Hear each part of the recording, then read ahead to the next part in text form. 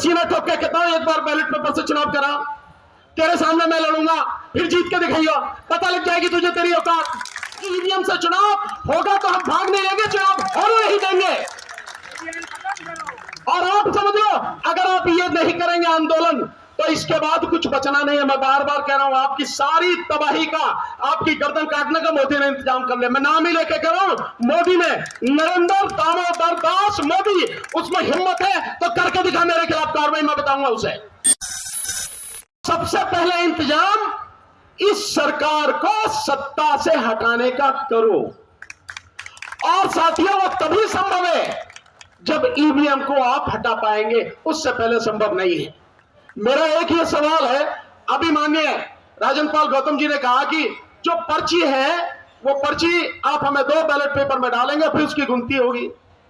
मैं आप सबसे पूछता हूं, या तो सारे पढ़े लिखे बैठे हैं, मैं सुप्रीम कोर्ट के जजों से भी पूछता हूं, मेरी वीडियो देखी होगी, हाई कोर्ट के जजों से पूछता हूं, या जज साहब बैठे हैं इनसे पूछता हूं, आईएएस आईपीएस ऑफिसर से बैठता हूं, एक आदमी एक्सेप्ट सॉफ्टवेयर इंजीनियर, उनको छोड़कर ये बता दे कि ईवीएम कैसे काम करती है। एक भी व्यक्ति बताए कैसे काम करती है, मालूम है किसी को? किसी को मालूम नहीं है। तो क्यों हम पर्ची के चक्कर में पड़े? क्यों हम किसी चीज के चक्कर में पड़े?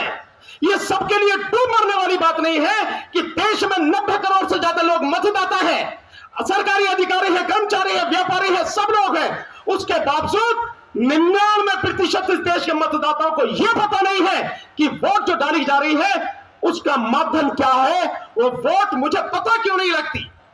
बड़ी अजीब स्थिति है। 3 मशीनें हैं, एक है कंट्रोलिंग यूनिट जिसकी गिनती होती है, जिसमें वोट जाने की बात कही जाती है, एक है बैलेट यूनिट जिसमें मैं बटन दबाता हूं, और एक है आपकी वीवीपैट जिसमें आपको पर्ची 7 सेकंड के लिए दिखती है। यह बताने कितने लोग हैं जो 7 सेकंड में पर्ची देख पाते हैं? देख पाते हैं 7 सेकंड में? नहीं देख पाते। और उसकी कभी गिनती नहीं होती। जो पर्ची असली अगर वोट मानी जाए तो वही है ना, उसकी कभी गिनती नहीं होती। गिनती किसकी होती है? उसकी जो कंट्रोलिंग यूनिट है, जिसमें आपने कहा जाता कि आपकी वोट उसमें गई, आपको नहीं पता आपकी वोट गई है, किसको गई है, कहां गई है, कुछ नहीं पता। बावजूद सुप्रीम कोर्ट के जजेस से लेकर सारे पढ़े लिखे लोग, अनपढ़ की तो बात ही छोड़ दो, इसी माध्यम से लगातार चुनाव कर रहे हैं, इलेक्शन वोट डालते चले जा रहे हैं। यह सबके लिए डूब मरने वाली बात नहीं है। मैंने बार बार कहा है कि पॉलिटिकल पार्टियां, विशेषकर कांग्रेस जो पार्टी है, और कांग्रेस के साथ साथ में जितनी भी इंडिया गठबंधन में ये 27-28 पार्टियां हैं, क्यों नहीं सड़क पर उतरकर इसका विरोध करती है कि ईवीएम से चुनाव होगा तो हम भाग नहीं लेंगे, चुनाव होने नहीं देंगे।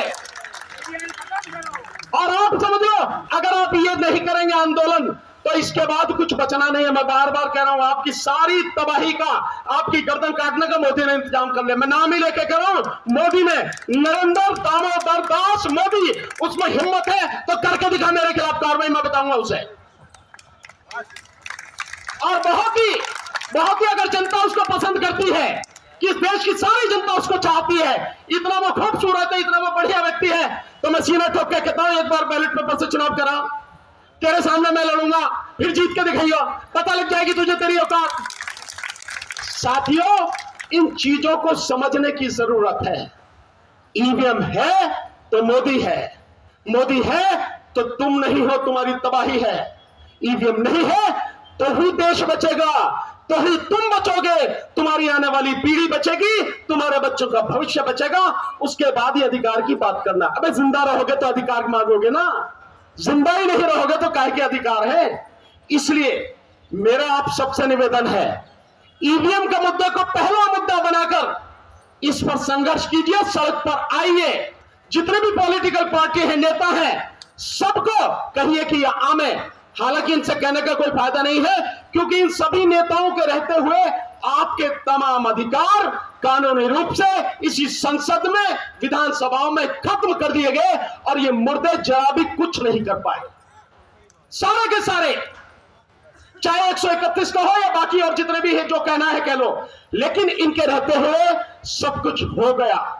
और पार्लियामेंट में आज की तारीख में जिस तरह की गुंडागर्दी चली है, मैं यही शब्द बोलूंगा, गुंडागर्दी जो चल रही है, ऐसी गुंडागर्दी लोकतंत्र में, किसी संसद में, किसी विधानसभा में आज तक कभी किसी ने न देखी, और न ही कभी किसी सरकार ने ऐसी की जैसी हो रही है।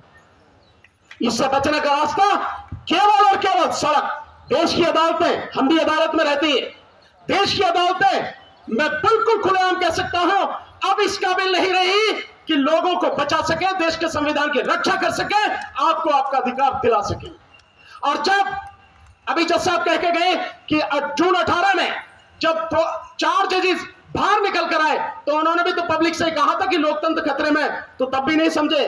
साथियों, जो स्थिति है, केवल और केवल देश की जनता सड़क पर आएगी तो ही देश बचेगा, अन्यथा कुछ बचना नहीं। मैं एक सूचना आपको देता हूं, शायद आप लोग साथ दे पाए हमारा। 6 जनवरी को इसी जंतर मंतर पर ईवीएम को हटाने के लिए हमने कॉल दी है, देश भर से लोग आ रहे हैं, इस बार बहुत अच्छा रेस्पॉन्स है। मैं आप सबसे निवेदन करूंगा, एक एक व्यक्ति जो यहां बैठा है और जो नेता है, ये सारे के सारे, मेरा अभी आपको निमंत्रण है, सारे के सारे 6 जनवरी को यहां आए।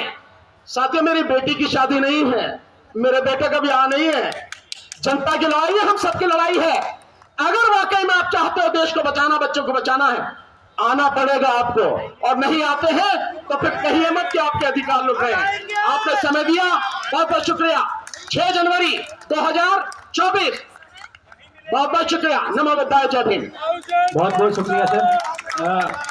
कुछ मिशन जय भीम की महिला अध्यक्ष हमारे बीच हैं, सुशीला गौतम जी, मैं उनसे गुजारिश करूंगा कि वो मंच पर आ जाएं, और एडवोकेट रमेश भिसैया जी हमारे बीच हैं, वो भी मंच पर आ जाएं। मैं उनसे गुजारिश करूंगा कि दोनों मंच पर आ जाएं, और उनके साथ जो महिला टीम आई है हम उनका भी धन्यवाद अदा करते हैं, इसका स्वागत करते हैं इस कार्यक्रम में। हेलो,